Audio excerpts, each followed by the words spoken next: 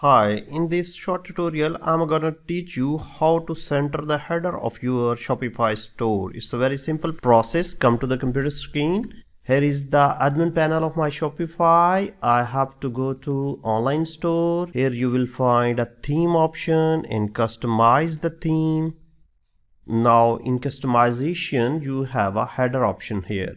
Click this option and go to the right pane. Having some option, you can see desktop logo position. Here is its 4 positions: top left, top center, middle left. You can center it from here, and here is the mobile logo position. So you can adjust center, left, right of your header from here.